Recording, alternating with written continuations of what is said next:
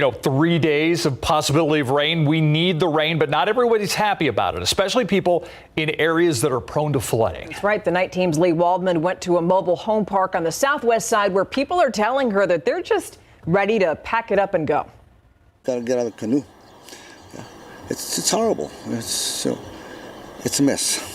The signs of water erosion are obvious when you look at the roads here in Lazy Acres Mobile Home Park. People here say they're ready to go in a moment's notice. The second the rain starts falling, they're worried that the water is going to rise and get inside of their mobile homes.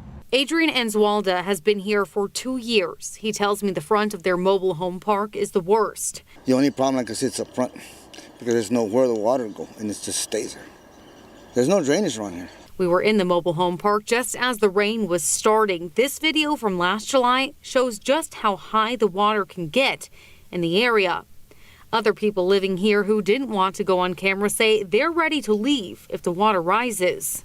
It's going to happen again, but I don't know how much water we're going to have this time. Not far away in the Cinco Lakes neighborhood, neighbors are welcoming the rain after their power troubles from last September were fixed by CPS Energy. Oh, it seemed like every time there was wind or the slightest amount of rain, the power would go out. For hours, not only for a few minutes. Nelson and Tessendorf said they were a part of a community meeting with CPS Energy and are thankful even the lightest storms won't lead to a neighborhood-wide blackout. Knock on wood. No more power outage. 2 weeks ago, we had a short flicker, maybe a second or so it was out, but since then, no. Yeah, since then it's been That's good. Yeah. Lee Waldman, KSAT 12 News.